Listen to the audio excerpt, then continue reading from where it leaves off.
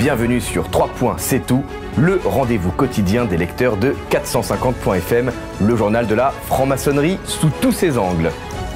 Mardi 2 novembre. Au sommaire aujourd'hui. Les francs-maçons dirigent le monde. Les mystères du temple. La franc-maçonnerie à son musée.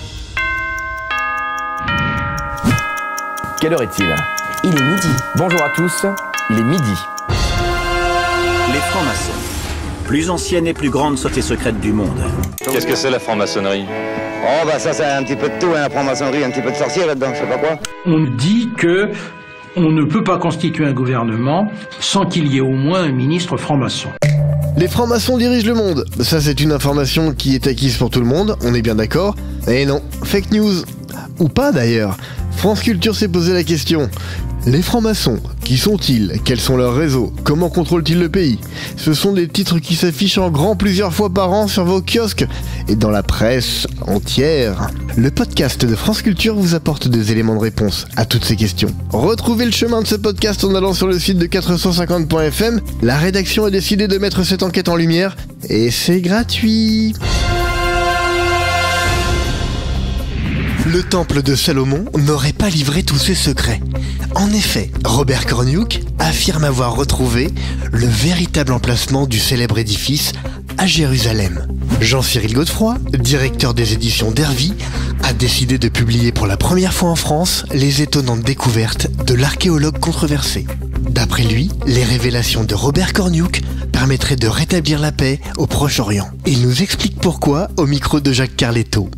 Il est évident que la construction actuellement d'un quatrième temple, pour lequel les plans sont prêts, le financement est assuré par des organisations américaines, cette construction est impossible compte tenu de la situation géopolitique. Il est hors de question d'aller construire en haut du mont du temple, un temple juif. Ça serait le déclenchement de la Troisième Guerre mondiale.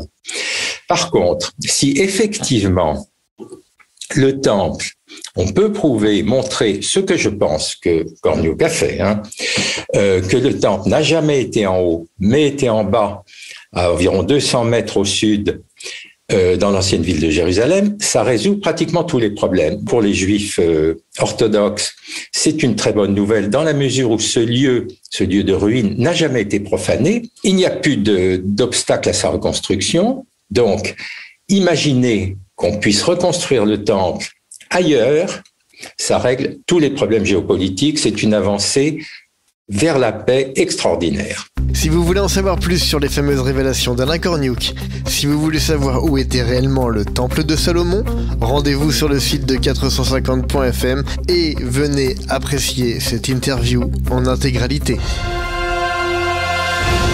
Ça ne date pas d'hier, il a été créé en 1889. Le musée parisien, situé au siège du Grand Orient de France, continue d'expliquer l'histoire et les rites maçonniques. Et c'est aussi l'occasion de lutter contre certains stéréotypes, comme quoi la franc-maçonnerie serait complètement secrète. Bien entendu, inutile de passer sous le bandeau, ni même d'être initié pour visiter le musée de la franc-maçonnerie au siège du Grand Orient de France dans le 9e arrondissement de Paris. Il est ouvert au public et il répondra à toutes vos interrogations sur cette société initiatique. Toutes les informations pratiques ainsi que le programme des expositions temporaires sont sur le site de 450.fm. Allez-y, on vous y attend.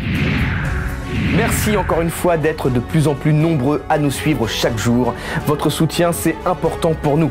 450.fm, c'est le journal de la franc-maçonnerie sous tous ses angles et ça s'adresse à tout le monde. Alors, qui que vous soyez, rejoignez la communauté 450.fm. Voilà, j'ai dit, 3 points c'est tout. Tout est fini sur les 2 colonnes.